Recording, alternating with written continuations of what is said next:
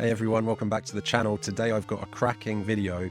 We're going to cover every act and every scene of Macbeth, looking at what happens in each one, key quotes from each one. I'll try and put a bit of context into each one.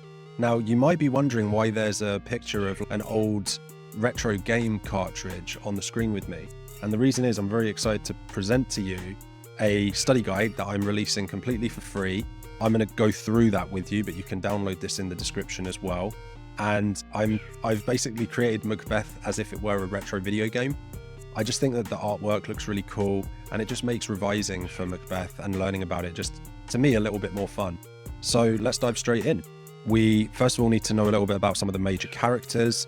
The ones that we're going to be looking at a bit more in detail today are going to be the main characters, so that's going to be obviously Macbeth, Lady Macbeth, Macduff, Malcolm, Duncan, the witches, Donalbain, the younger brother of Malcolm, Lennox and Ross. They're two of the other major thanes that actually do a lot in the play in the smaller scenes.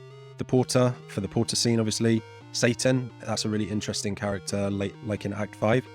Doctor and other characters like him also are quite important. So it's important for you to get a sense of all of the characters, not just the main ones. And that's going to make sure you're maximizing your AO1 understanding. So that is a big part of your GCSE exam. All right. Act 1, Scene 1, prepare to fight.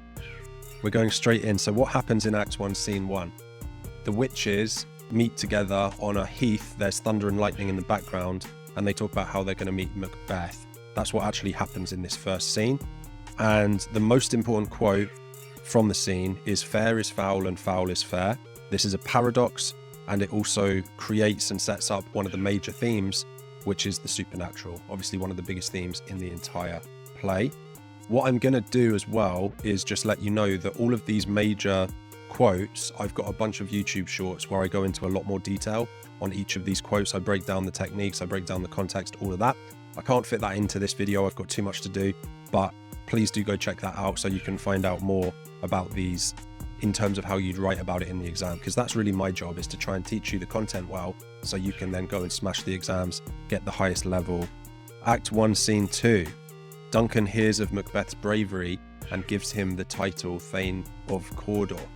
So he pronounces that Macbeth is going to be Thane of Cawdor even before Macbeth knows it, and that's because of the fact that the original Thane of Cawdor was a traitor. Macbeth is also shown to be incredibly brave in this scene. He fights two different armies and he wins both battles for Duncan.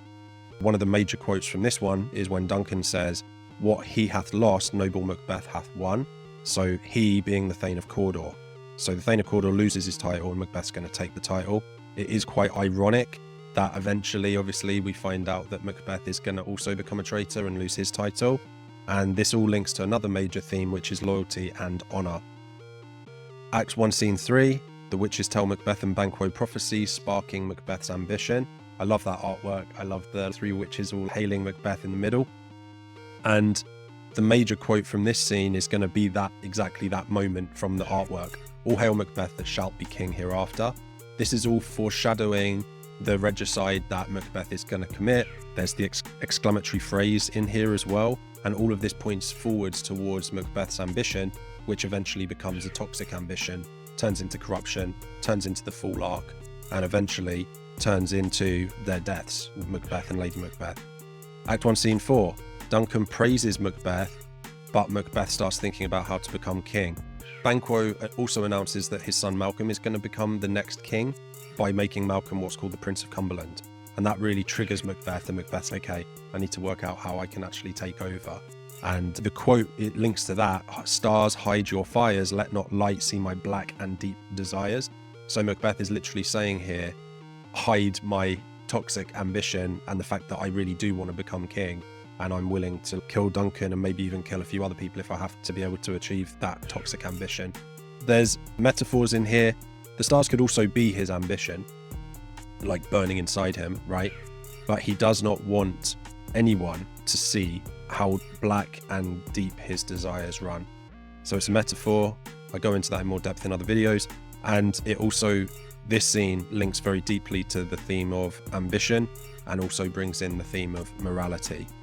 Act 1, Scene 5. Lady Macbeth is given a letter by Macbeth, and she decides that they have to kill Duncan, and she's going to do anything in her power to kill Duncan and help Macbeth kill Duncan. And so Macbeth comes in very briefly to the scene at the end, and she tells him that he needs to look like the innocent flower, but be the serpent under it. So obviously this is a simile. There's also the juxtaposition of the innocent flower, which is like the fake smiles and pretending like you're all happy. And then the serpent under it is suddenly striking, filling your enemy with poison, killing your enemy, taking over, right? And of course, this then brings in the major theme of deception into the play. Act 1, Scene 6, we're going through this quickly, if that's the plan. Duncan arrives at Macbeth's castle and is warmly welcomed by Lady Macbeth. Now, obviously, this scene is full of dramatic irony because we know that Lady Macbeth is planning to kill Duncan, but Duncan doesn't know any of this yet. He still thinks that Lady Macbeth is on his side and everything. The major quote from this one is when Duncan arrives at the castle, though, and he says, "This castle hath a pleasant seat." And this is very much dramatic irony, right? Because Duncan is saying how great the castle that Macbeth lives in is and how blessed Macbeth must be. And yet here, obviously, we know that he's about to be manipulated and deceived and eventually killed. It links to that major theme of deception again. Act 1, Scene 7, final scene from Act 1. Macbeth hesitates about killing Duncan, and it is Lady Macbeth that ultimately persuades him. Now, she tries to persuade him 3 different times, really, and it's the third one that is successful. There's lots of 3s in the play Macbeth, and that 3, like the 3 witches, for example, all of the 3s, is meant to link to the unholy trinity. It's this idea that the witches are evil and demonic, and they're actually like bringing about evil in the world. So there's lots of use of 3 deliberately from Shakespeare to try and create that unholy trinity. But anyway, at first she calls him a coward. He rejects that. Secondly, she questions his loyalty.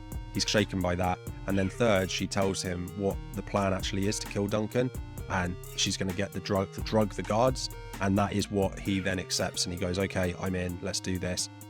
And he isn't initially, though, happy to do this. So the main single most important quote from this scene is at the end of Macbeth's soliloquy. He says, "I have no spur to prick the sides of my intent, only vaulting ambition which overleaps itself."